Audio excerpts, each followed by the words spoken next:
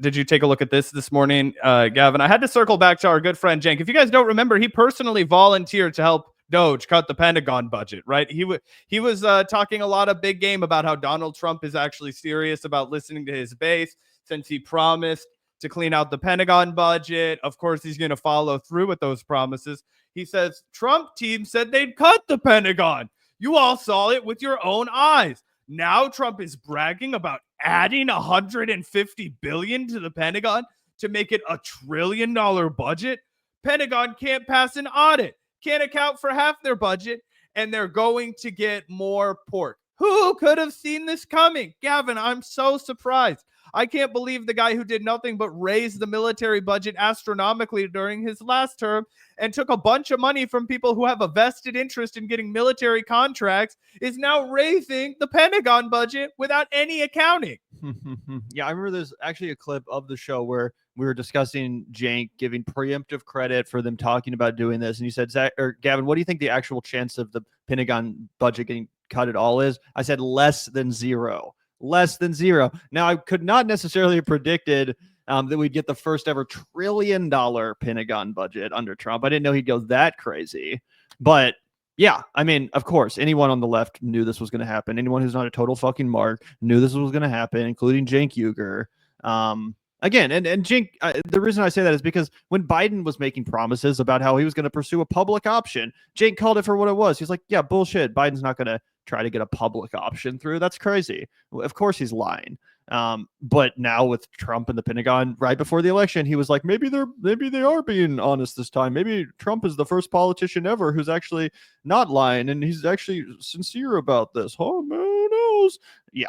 Oh, yeah. Or you made the great point earlier when I was talking to you about this and you were like, that would be like us going out here and being like, I think Kamala Harris really is working tirelessly on a ceasefire. Like, that's the level of analysis, guys.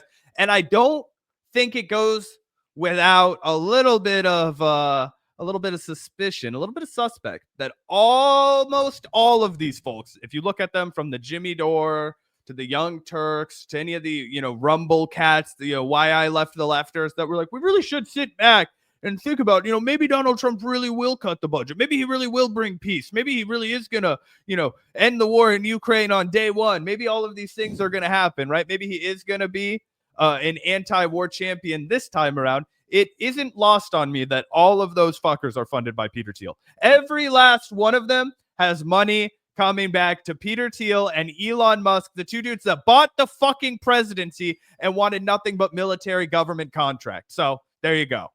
Yep, 100%. Those were the people who conveniently got it wrong, even though it's the most obvious thing you've ever seen in your entire fucking life. It was staring at you in the face. Go ahead and look.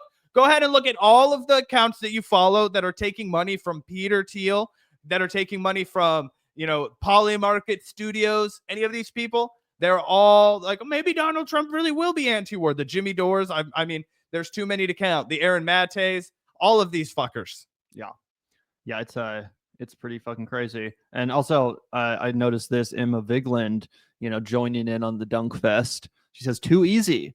And then is quote tweeting this. Monty P. Moneybag, shout out to Monty, says LMAO with this quote, or the screenshot rather, of Cenk responding to Emma, who said, back in 2024, long ago, it was a more innocent time, a simpler time. Why does your assessment of politics change based on who pays attention to you, specifically a billionaire? To which he responded, my politics hasn't changed at all. I've wanted to cut the Pentagon for 20 years. Do you not want to cut it because Elon or Trump does, if they really do? And my point is that the Democrats are not responsive to their base, and MAGA responded to our policies before they did. What he really means is they tricked my dumb ass. I got tricked by the shiny object that some obvious fucking con man said because he said the right phrase or, I'm anti-war. And then Cenk, like a fucking child, believed it. I mean, that's crazy. But nice to see, Emma getting in on the Dunk Fest. Like I said, it's just, it's just too fucking hard to not. 100%, dude. And again, none of these people would be dumb enough to come out here and be like, Kamala Harris has in the past been interested in Medicare for all. Like, you didn't see Cenk coming out here and being like, maybe Kamala Harris will do this incredibly progressive thing that we all know she's not going to do, because at one point in her career, she paid passing lip service to it. At one point in her career, she co-sponsored the legislation, right?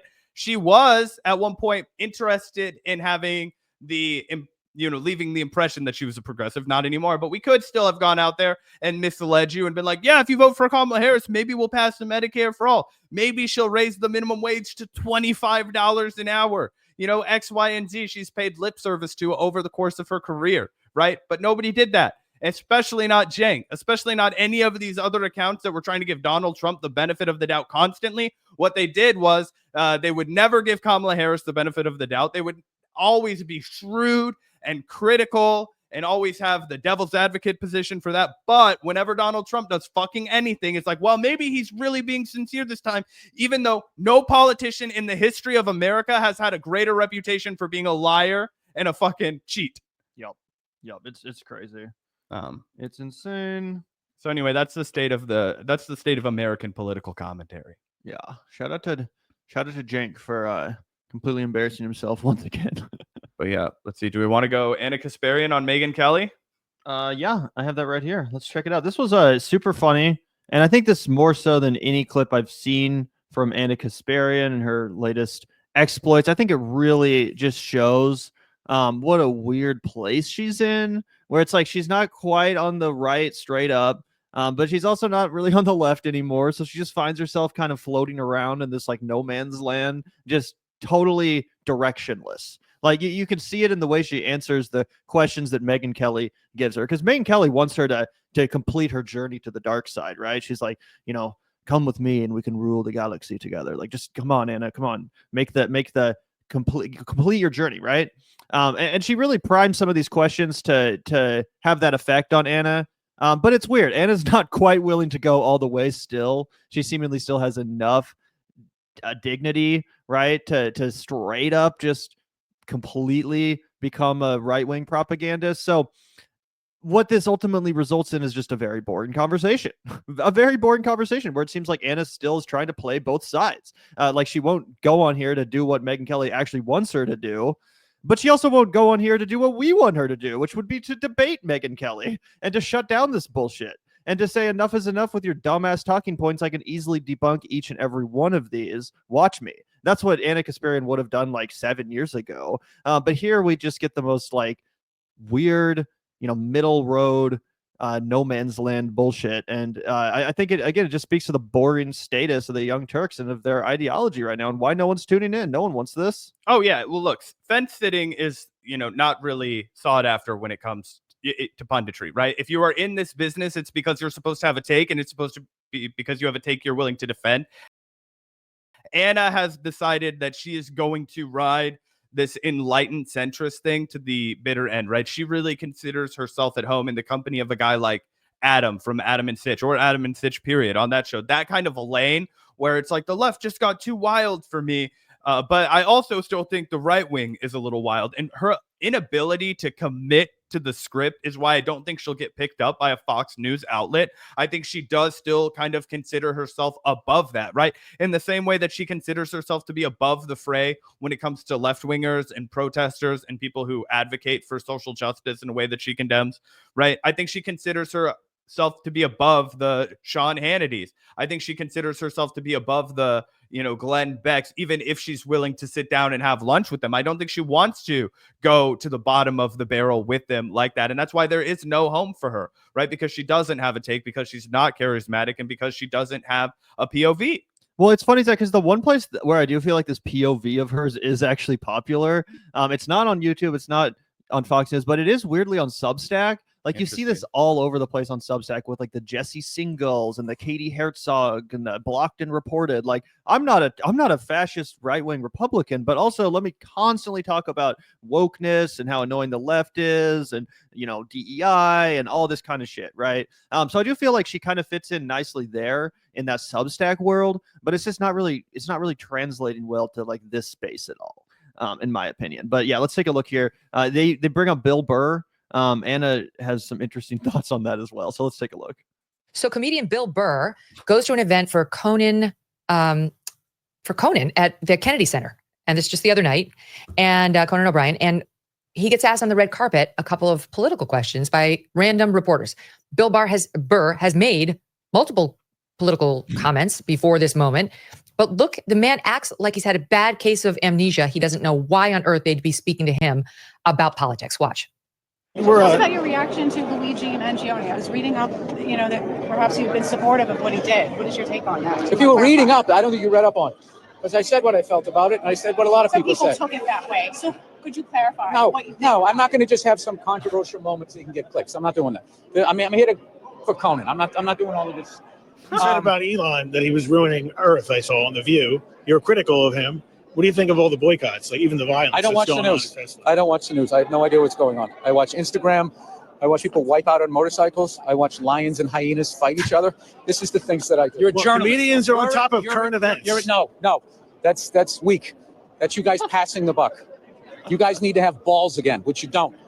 You guys always goes, should we be thinking this? Duh. And by the way, I do think that if this was like in his own turf or on his own show or something, I actually do think he would be giving more substantive answers to these reporters. I actually do believe him that he doesn't want to take away attention from this event that he's at. This isn't his event. He's at like some Conan, Kennedy Center, Mark Twain. I think Conan was winning the Mark Twain Prize or whatever. So yeah, he doesn't want the number one headline from that to be, comedian Bill Burr doubles down on his pro Luigi take or on Elon Musk being a parasite or something like that. Like, I really genuinely think he's probably friends with Conan and doesn't want to take away from it. This is not some gotcha where it's like, see, he can't even defend himself.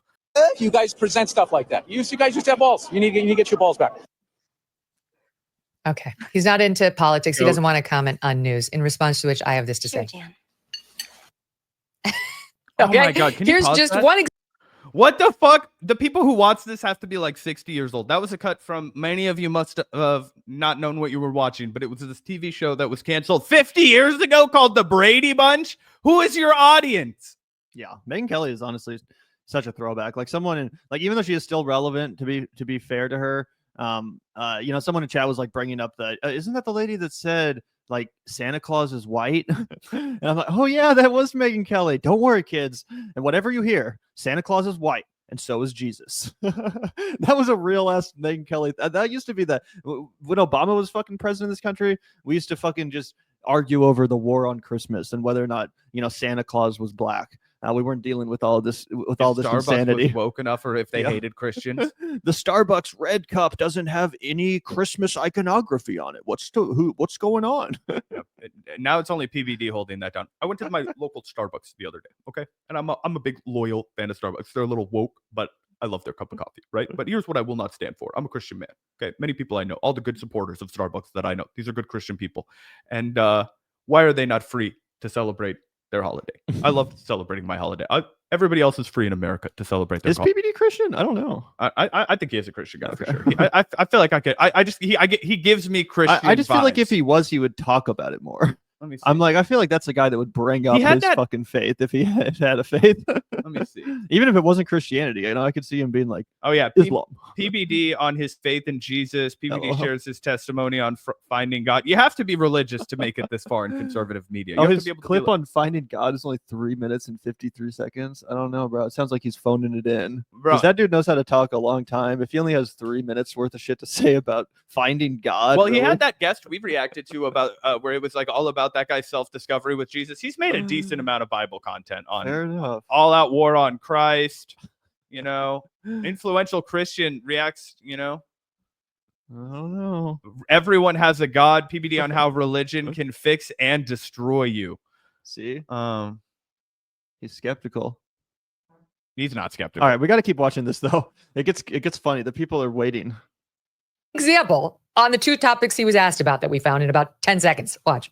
But CNN and Fox News are not going to bring up the insurance companies that are just going to keep everybody's premiums and still give themselves a bonus. Yeah. Yes. Free Luigi. I love how they acted surprised. Why did that happen? I have no idea. He wrote on the bullets why it happened. Oh, we're back to Luigi. Okay, yeah. I never left Luigi. Why does Elon Musk dress like he just got out of a hot topic? I am so sick of that guy trying to rewrite his origin story like he was Matthew McConaughey pulling into the high school. It's like you were a nerd, nobody banged you, and now you have hair plugs in your laminated face. Wait, can we pause it one more time? I'm sorry. I just like wanna Jimmy. say, it's hilarious that Megyn Kelly is so dumbfounded by the fact that a comedian is telling jokes on late night TV. Actually, in the history of late night television, the one thing that they've always pretty much had is comedians telling jokes. So And specifically about current events and politics, like Bill Burr's not the first fucking comedian to open his mouth on the subject matter. Like, give me a break. And your laminated face. Okay. I like Jimmy Fallon. He's a sweet guy. I can speak to that personally. But the That is over not laughter true. in response to things that aren't that funny is not a good way. That's a bad tick. Anyway, what do you make of Bill Burr suddenly? I guess what? He doesn't want to talk politics anymore? I found his jokes a little funny, but I'll say this: he saw the mic flag. It was the Newsmax mic flag, and he didn't want to give them anything. That's all triggered. that was. He just didn't Triggered. want to give them anything to broadcast. You know, maybe he doesn't trust them. Sorry, that's not even what she said. Anna actually was like, made a somewhat decent point, and Meg's like, triggered. Like, that's not actually what Anna said. She didn't say that he was triggered by the Newsmax logo. She said that he saw it and didn't want to give them anything, like didn't want to give them a headline or a clickable piece of content that's an exclusive to them. But either way, she's so desperate to get Anna on the script. And honestly, I mean, I can't blame her. Anna should be thanking her. She's tried to lay the groundwork for this whole right-wing pivot. Megyn's like, you know, throwing her the ladder over the ship. Like, all right, if you really want to do this, come on, let's go. Yep, it's like the person who's really excited to skydive, and then they get it up there with their tandem partner, and you know, Anna and Megyn, they're up there, and Megan's like, all right, it's time to jump, and Anna Kasparian's like, wait. What if the parachute doesn't deploy? What if we didn't pack the suit properly? You know what? Actually, this is a perfectly good airplane. Maybe we should take it down. I totally get your point. That's why she's not going to get called to be a repeat guest over on the Megyn Kelly show if she keeps giving these mealy-mouthed responses like this. But honestly, I do have to give her a little bit of praise. It is always hard to not, sell out your values completely. What's about to get worse? Yeah. You might have spoken too soon. I might have spoken too soon. I haven't watched this yet. Maybe he thinks they're going to take him out of context. Who knows? But to me, it was clear he didn't want to speak to conservative media. We're back to the earlier point we were making. There are Yeah. Like, try living, life in my shoes, Elon's shoes, anybody named Trump's shoes. It's like, that's all you get is it adversarial media with a mic in your face, right? It's like, why wouldn't you say isn't that who he needs to confuse or could convince, right, of his points? Isn't that the group watching Newsmax that he wants to get his message in front of more than anyone about Luigi and what a sympathetic character he is? I think there's this mistake made by a lot of folks on the left. And I want to be clear about how wrong they are. So can you pause I get that. How long did it take? I gave her praise because I was like, you know what? At least she recognizes that Bill Burr's comedy was funny, but immediately pivots to dogpiling the left, talking about how they don't want to go, and give talking points and sound bites to a conservative media corporation. Are you kidding me? That used to be something you would believe in, Anna. That used to be something that you would cheerlead. Oh, yeah, don't give sound bites to those corrupt corporate media outlets. Give it to independent media. Give it to people who need it. Yeah, it's good to stay and stick up for your friend. And no, I'm not going to give you a cheap soundbite that you can use to try and push your narrative about me or anybody else. Of course, that's called being sophisticated. She was 100% right that Bill Burr saw the flag that was like, oh, this is News Nation. Fuck you. I'm just going to heckle you a little bit, right? But immediately to turn around and be like, maybe he's not trying to reach the Democratic voters that decided to stay home. Maybe he's not just trying to reach anybody who thinks jokes are funny because he's a comedian. Clearly what he's doing is he's contributing to the moral mind rot and the discrimination against conservatives. How hard it must be to have Trump for the last name. Yeah, and you're just about to see what a narcissist Anna is, because she can't come up with anything better to answer this question with than just to make it about herself and why, actually, I'm proof that it is a good thing to talk to conservatives, unlike Bill Burr, who ignored this random guy heckling him at a red carpet or whatever. That media representing the other side might be adversarial. They might ask you provocative questions. But I actually think there's a lot of value speaking to them, not because you're trying to win the host over or the reporter over, but because you are sharing your message and your beliefs with an entirely new audience that may not have heard the arguments that you are making. It's not about the big public figures that you're talking to. You're not going to win them over. That's clear. Mm-hmm. But you are sharing a message with half the country that might not have otherwise heard that message. So look, do you want to persuade people or not? And if you're not interested in persuading people, that's fine. But I would venture to say that if you are in the public making political arguments, the reason why you're doing it is to persuade people. What's the point? And it's pretty funny because here Anna Kasparian is doing exactly that. She's on a show that she doesn't theoretically agree with, or that theoretically is on a different side of the aisle. But I don't see what she's doing to change anyone's mind. I don't see how she's persuading a goddamn person in Megyn Kelly's audience of anything. I don't even know. If you didn't know who Anna was and you watch the segment, your takeaway would be that she's pretty apolitical, honestly. You'd be like, oh, this lady just kind of seemingly doesn't stand for much. She doesn't represent all that much of an ideology. So it's like, even by your own logic, Anna, you're failing to live up to that. You're not getting anything out of this for yourself, for the viewer, or for Megyn Kelly. Yeah, because she doesn't know how to be a heel. Also, she doesn't know what values to really hold on to and fight for on camera, because you have to at least be exciting to watch. You have to at least be a spectacle. That's what this is. That's why some people are pundits, because it's entertaining to watch you speculate and wonder about things, because you'll die on one hill. You might be a little bit unpredictable. If you're going to be an enlightened centrist, you have to be wildly unpredictable. That has to be why you get invited onto the show. And I know I'm talking about this clinically and in like a way that only a media professional would talk, but that's the way that Anna is really trying to position herself. She's trying to be the enlightened centrist that gets invited on the show, which means she needs to be able to surprise not just Megyn Kelly, but Megyn Kelly's audience with a passionate take they did not expect from her. So she either needs to come in over the top defending Burr and being like, these are jokes. Comedians used to be able to tell jokes in this country. When I was growing up, comedians, they were allowed to talk about whatever they wanted, and it wasn't considered political. If they were talking about the buses and how much they hated waiting for the bus, nobody talked about how, wow, they were really engaging in local civic politics. It was just bitching and moaning about life, because politics and rich people and desires and pop culture and media, they all impact us. So those are going to be the things that a comedian would draw from as they discuss and grapple with the world around them. Those things were just called jokes. That was called point of view. So she can either come out there and fully defend Burr ragingly, or she can do what Megyn Kelly teed her up to do, which is slam dunk the basketball and be like, oh yeah, this guy, this is classic liberal behavior. You're so woke until you're confronted with somebody that disagrees with you, and then you have nothing to say. She has those two options, or she could be the firm, real left flank if she wanted to. But she has to do something exciting. And you're right. She's totally blasé. She's totally milquetoast. It's just boring. She's just a tofu boring guest. Yep. Yeah. If you were just a regular Megyn Kelly viewer and you clicked on this clip, I don't know how you couldn't come away totally bored. Like, this is such a non-story. There's nothing here. There's nothing being presented in the commentary to make it interesting, despite, Megyn's best efforts. Again, to get Anna to follow up on what she's been teasing and what she's been hinting at for all this time now. But here she is, and she's not willing to. And you have to give her a little bit credit. I mean, I'm glad Anna's not just going full villain. I'm glad I prefer mealy mouthed over just a straight up right wing villainous. But let's see what happens.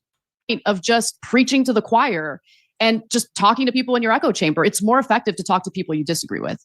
This is one of the reasons why I just sat down with the New York Times, and this and the desire for votes is the reason Kamala Harris went on Fox News with Bret Baier, which was real. We watched it with our own eyes. It didn't go particularly well, but I bring her up because I have to ask you about a report that just hit from courtesy of, was it, let's see, it's Real Clear Investigations.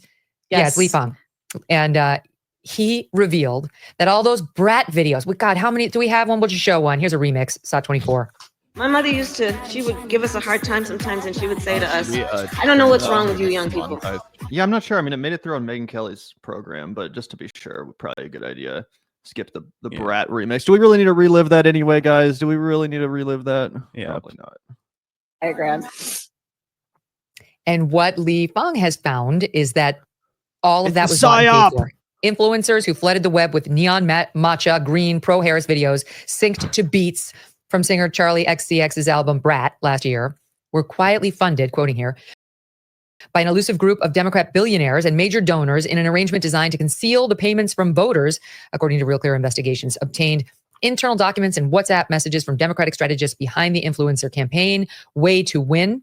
One of the major donor groups behind the effort spent more than $9.1 million on social media influencers during the 2024 presidential election. Payments revealed here for the first time. It's amazing. I mean, I'm not sure we thought it was organic, but what we're learning more and more is that any piece of praise she got was either purchased or given under duress by people like Barack Obama. Zach, was your praise for Kamala given under duress? It was not given under duress. I never even got one of those checks. What the heck? They were giving them out That's like what she said. It was either paid for or given under duress. Yeah. So true. for you, you did it happily. You were just like, let's go, Brat Summer. Fuck Woo! yeah. I love Brat. Woo, Kamala, spell Brat. I did really like that album. That album was that awesome. Oh, it was great. Brat Summer. That was glorious. And those were funny memes. I don't care if fucking, they were a psyop. Those were good memes. Yeah. Well, it's interesting because I do think both sides of the political aisle do this to some extent. It's an effort to kind of make the candidate appear more popular than they really are, and it has a bandwagon effect, right? Where some voters who might not be as politically engaged will see this. And again, like, at least she's not going full right-wing villainous, but you're really going to both sides of this? Okay, some stupid Democratic consulting firm paid for a few memes on Instagram, and you're going to compare that, and you're going to both sides it? Elon Musk literally bought Twitter, the most popular fucking social media app that's not TikTok in this entire fucking country, to turn it into a propaganda machine for Donald Trump like 3 or 4 months before the election, and you're going to both sides this? Because on that app that he bought, the Democrats spent 10 cents promoting dumb memes, just so they could try to keep up. That's the dumbest shit. That's not a both sides at all. Not only that, Gavin, TikTok sponsored Donald Trump's inauguration party, and Donald Trump advertised the fact that he was spending less on social media ad buys and spending more on influencers, which is the same stupid shit as paying people to react to TikToks. Okay, influencers. Guess what? The DNC and RNC are flooded with people who pay a lot of fucking money. Harry Sisson can't even fucking vote in this country. Okay, and he was their #1 paid guy on TikTok. Okay, we all know that. Hello. Did you know that campaigns spend money on marketing? I didn't know that. Of course we knew that. When Barack Obama became president, they gave his fucking campaign a marketing award. Literally, in the business world, there's a high honor for people who do a really good job at marketing and advertising. They gave it to Barack Obama's campaign staff. That was over a decade ago, almost 2 decades ago, guys. Obviously, campaigns spend a shitload of money on advertising. That's why they're so expensive. Yeah, 100%. So either way, I think, as I said at the beginning of the segment, I think you guys see what I now mean. More than anything, the biggest sin that Anna's committing in appearances like this is the sin of being a goddamn bore. This was not like we had to. The only thing that made this fun to react to was, to be honest, our commentary on it. Not to pat ourselves on the back, but that was the most boring.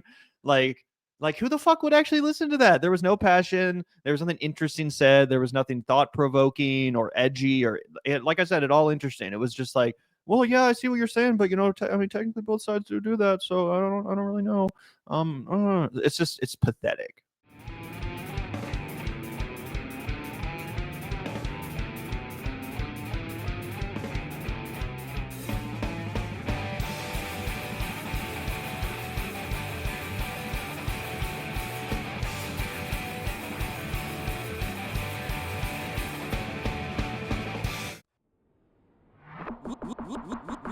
Look out the door if you hear an ambulance. The Vanguard will be there, sir. The Vanguard will be there, sir. The Vanguard will be there, sir. The Vanguard will be there. Be there.